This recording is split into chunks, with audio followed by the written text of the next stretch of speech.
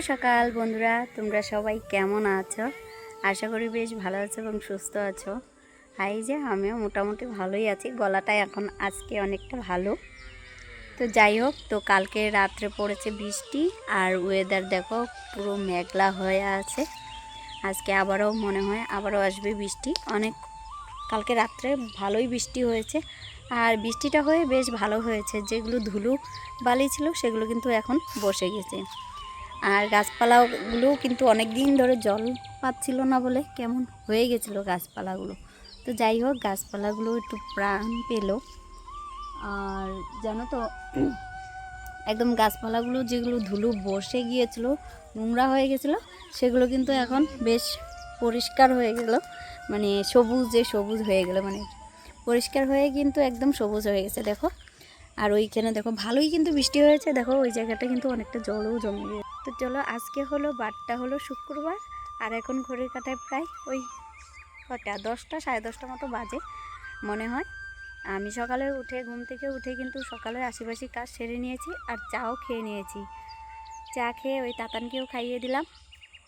তো ভাবলাম, আর জানো তো আমাদের এইখানে গ্রামের একটাই সমস্যা, ওই হালকা পাতলা একটু মনে হয় একটু হালকা হাওয়া হয়েছিল একটু। যাই হোক, হাওয়া বাতাস বৃষ্টি দিয়েছে, তার থেকে কারেন্ট নেই। মানে কারেন্ট গেল তো গেল, অল্প জাস্ট এসেছিলো, আবারও চলে গেল। নতুন ব্লগ শুরু করলাম। ঘরের কাজ কোনো কিছুই করা হয়নি, সকালে যেটুক বাসি কাজ ছিল সেটুকুই করা হয়েছে, আর বাকি কিন্তু সমস্ত কাজ পড়ে আছে।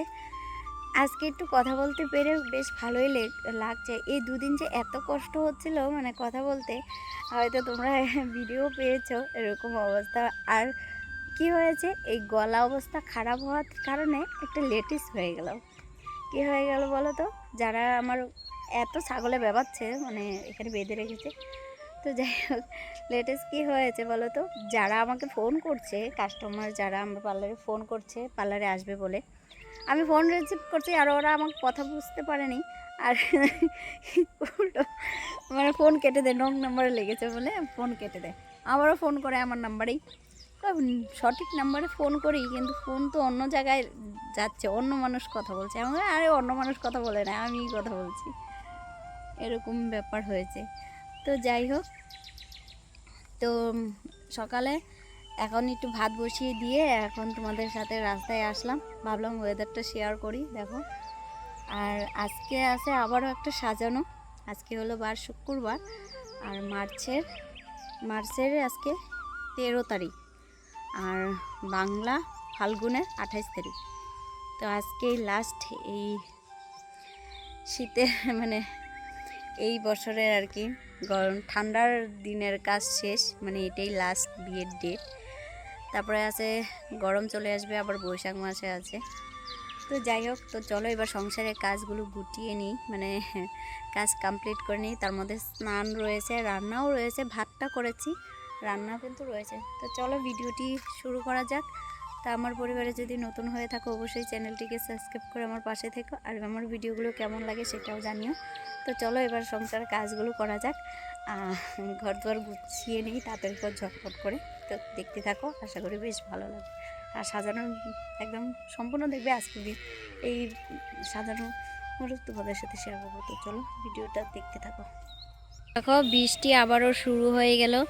জানি না কি করে যে যাব, আর বিয়ে বাড়ির যে কী অবস্থা হবে কে জানে। তো দেখো, তোমাদের সাথে কথা বলতে বলতে দেখি বৃষ্টি শুরু হয়ে গেল। তো ভাবলাম তোমাদের সাথে শেয়ার করি। দেখো, এইখানটাতে কালকে অনেক জল জমে গেছে, কত পরিমাণে ভালোই বৃষ্টি হয়েছে। তো আমরা তো রাত্রে ঘরে ছিলাম, তো বুঝতে পারিনি কতটা বৃষ্টি হয়েছে। তো এখন দেখো আবারও মানে একটু ঝিরিঝিরি করে পড়া আরম্ভ করে দিয়েছে একটু। আর আজকে যে জানি না বিয়েবাড়িতে কী অবস্থা হবে। তো আবারও বলেছে আমাকে একটু তাড়াতাড়ি যেতে, ওরা নাকি একটু ফটোশ্যুট করবে। যেহেতু বিয়ের সাজানোটা কি হয় বলো তো, ওই সময় পাওয়া যায় না, বর চলে আসে, অনেক কিছু ঝামেলা থাকে না, তার জন্য একটু তাড়াতাড়ি করে যেতে বলেছে। তাই একটু আর কি ফটো টটো তুলতে পারবে, না হলে কিন্তু একদমই সময় পাওয়া যায় না, একদমই কিন্তু ফটো তোলা হয় না। তো তার জন্য বলেছে তাড়াতাড়ি যাওয়ার জন্য। তো চলো এবার বক বক না করে, দেরি হয়ে গেল। দেখো ধীরে ধীরে করে তো বৃষ্টি পড়া আরম্ভ হয়েই গেল, কিছু করার নেই। যাই বাড়িতে করবো, ভালোই লাগছে না। চলো এবার যাই বাড়িতে।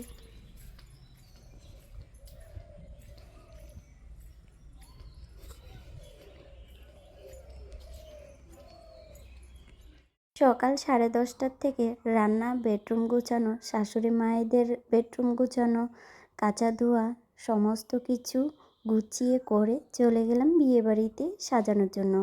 তো ভিডিওটি স্কিপ না করে সম্পূর্ণ দেখো, আশা করি বেশ ভালো লাগবে। তোমাদের সাথে কথা বলে তো চলে আসলাম ঘরে। যেহেতু সকালবেলা উঠেছি ঘুম থেকে, উঠে কিন্তু ওই যে রান্নাঘরের কাজগুলো, বাসি কাজগুলো ছাড়ছিলাম, তখন কিন্তু আর বেডরুম গোছানো হয়নি। আর সকাল আর রাত্রে একটু ঝিরিঝিরি বৃষ্টিও পড়েছিল, রাত্রে একটু বেশি পড়েছিল, সকালবেলা একটু কম। তো যাই হোক, একটু শুয়েও ছিলাম, একটু দেরিও হয়ে গেল উঠতে। তো যাই হোক, রান্নাঘরের কাজ কমপ্লিট করে ভাবলাম না, বেডরুমের কাজগুলো একটু পরেই করা যাক। তার জন্য রান্নাঘরের কাজগুলো কমপ্লিট করে আর চা খেয়ে তারপরে এই যে ঘরের কাজগুলো করতে আসলাম। তাই দেখো, বিছানাটাও গুছিয়ে নিচ্ছে। আর এখন জানো তো খুব মশা হয়েছে, তাই মশারিটাও টানিয়ে নিয়েছিলাম রাত্রে। আর এখন দেখো, আমি প্রতিদিন কিন্তু মশারিটা খুলেই রাখি, খুলে কিন্তু এইভাবে ভাঁজ করে রাখি। কে কে এভাবে খুলে ভাঁজ করে রাখো একটু কমেন্টে জানিও। আর জানো তো, বাঙালি মানেই একটা ঘরে থাকবে চেয়ার আর একটা বাইরে থাকবে। আমারও এই প্রতিদিনের এই চেয়ারটা ভর্তি, একদিনও ফাঁকা করতে পারি না, কোনো দিনও ফাঁকা থাকে না জানো তো। ওই সকালেও দেখবে ভর্তি, বিকালবেলাও দেখবে ভর্তি, এরকম টাইপের। মানে প্রতিদিন শুকাচ্ছে জামা কাপড়, এনে রাখছি আর গুছাচ্ছি। তো এইগুলো ছিল পরশু দিনের জামা কাপড়, আর কালকেরগুলো তোমরা বারান্দাতে দেখিয়েছো মেলে রেখেছি। আর আজকেরগুলো কিন্তু এখনও কাচাই হয়নি। তো প্রতিদিন এতগুলো করে জামা কাপড় বের হয়, আমি কিছুই বুঝে উঠতে পারি না কেন এত আমার জামা কাপড় বের হয়। মানে আমরা মা ছেলে 3জন, কিন্তু তারপরে এত জামা কাপড় কোত্থেকে যে প্রতিদিন বের হয় আমি বুঝে উঠতে পারি না। না আমি নিজেই এত জামা কাপড় বের করে কাচি, বুঝে উঠতে পারি না জানো তো। তো যাই হোক, এদিকে দেখো জামা কাপড়গুলো সমস্ত কিছু গুছিয়ে নিলাম। তো গুছিয়ে আমার রুমটাও ঝাড় দিয়ে এখন চলে আসলাম শাশুড়ি মায়ের বেডরুমটা গোছানোর জন্য। ওই 3 দিন আগে, 3 দিন না, 3 থেকে 4 দিন হলো আমি বেডরুমটা গুছিয়েছি শাশুড়ি মায়ের। তারপর থেকে আবার গুছানো হয়নি। তো ওরা শাশুড়ি মা সেরকম একটা গুছাতে পারে না, মোটামুটি করে গুছিয়ে রাখে, যেরকম আর কি চলে যায়। তো যাই হোক, এখন আবারও চলে আসলাম শাশুড়ি মায়ের রুমটা, ভাবলাম আজকে গুছাবো, তোমাদের সাথেও শেয়ার করি। তো অনেক দিন ধরে কিন্তু শাশুড়ি মায়ের রুমটা আমি সেরকমভাবে গুছাইও না, যেহেতু ছোট ছেলের বউ আছে, তো উনি গুছায়, ঝাড় দেয়, মুছে। আমি সেরকম করে করাও হয় না, তোমরা তো জানো আমার জীবনের কথা, খুব ব্যস্তর মধ্যে দিয়ে কাটি, সেরকমভাবে মানে গুছিয়ে দিতে পারি না। তারপরে সেই দিন আর কি অনেকটা ভালো করে গুছিয়ে দিলাম। তারপরে যে আজকে আবারও একটু ভাবলাম বেড কাভারগুলো যেহেতু 2 থেকে 3 দিন হয়ে গেল চেঞ্জ করছে না, তাই ভাবলাম আমি একটু চেঞ্জ করে ঘর দুয়ারগুলো ভালো করে একটু ঝাড় দিয়ে পরিষ্কার করে দিই। ছোটরা না করলেও চলে, কিন্তু বড়দের একটু হলেও করে দিতে হয়। বেশিরভাগ প্রত্যেকের বাড়িতেই মনে হয় এটা, বড়দের মনে হয় দায়িত্বটা বেশি থাকে। যেহেতু আমি বড় ছেলের বউ, আমি আমার চোখে দেখে অভ্যস্ত নই যে একটু নোংরা থাকুক। তো সেই জন্য কিন্তু আমি চেষ্টা করি, আমি মন পাই যে না পাই, চেষ্টা করি ওনাকে আর কি করে দেওয়ার। কিন্তু যখন এই মনটা যখন ভেঙে দেয়, তখন আর ইচ্ছে করে না যে কিছু করে দিই। তারপরও কয়েকদিন যায়, তারপরে আবারও মনটা যখন ঠিক হয়ে যায় তখন আবারও আসি করে দেওয়ার জন্য। কিছু কিছু কথা আছে সহ্য হয় না, তারপরেও কিন্তু চেষ্টা করি, না থাক, বলছে তো কি হয়েছে, আমাকেই তো বলেছে, ছেলের বউ বলেই তো বলেছে, তাই না। তারপরেও আবারও চলে আসি গুছগাছ করে দেওয়ার জন্য। তোমরা হয়তো আগে অনেক যারা আমার পুরনো ভিডিও দেখেছো তারা কিন্তু জানো যে আমি প্রতিদিন কিন্তু ওনার রুমটা গুছিয়ে দিতাম আর পরিষ্কার করে কিন্তু রাখতামও। তারপরে ছোটো ছেলের বউ আসার পর থেকে কিন্তু আমি সেরকমভাবে করিও না, আর তোমাদের সাথে শেয়ারও করি না, কেন আমার প্রয়োজন নেই করার। যেহেতু একজন আসছে না, আমার তো আর করে দেওয়ার মতো কোনো দরকারই নেই। তারপরেও ভাবলাম না, এখন একটু করে দিই, না হলে অনেকেই আর কি খারাপ বলছে, তারপরে ভাবলাম না করে দিই। তার জন্য দেখো একটু গোছগাছ করে পরিষ্কার করে পরিচ্ছন্নভাবে গুছিয়ে নিলাম। তো আর কি, আমরা বড়দের যতই কথা শুনতে হয়, মানে কথা শুনেও কিন্তু করে দিতে হয়। কেন, বড় ছেলের বউ বলে কথা, তার মধ্যে মানুষে কিন্তু বড়জনকেই বলে, ছোটোজনকে খুব কমই বলে। তো যাই হোক, ঘরের কাজ শেষ করে রান্নাঘরে রান্না করব, সবজি টবজি কাটা হয়ে গেছে। তারপরে দেখি তেল নিই, তেল শেষ হয়ে গেছে, তো ছেলের জন্য অপেক্ষা করছিলাম। তো ছেলে তো আর আসেনি, তো আমি নিজেই যাচ্ছি অল্প করে পরিমাণ তো অল্প করে তেল নিয়ে আসি, 1/2 লিটার নিয়ে আসি, পরে পরে বিকালে বাজার থেকে আনা হবে। তো যাই হোক, তো ছেলে গিয়েছে আমাদের পুরোনো বাড়িতে গিয়েছে, তো এখনও আসেনি। তো এখন আমি যাচ্ছি নিজেই দোকানে, কি করব, কিছু করার নেই। তো যাই, নিজেকে দোকান থেকে নিয়ে আসি, কিছু করার নেই। দেখো রাস্তা,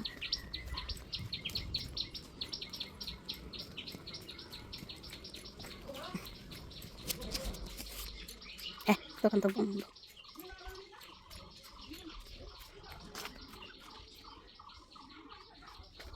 আয় দিদি, দিদি, দিদি, দোকান নাই কে?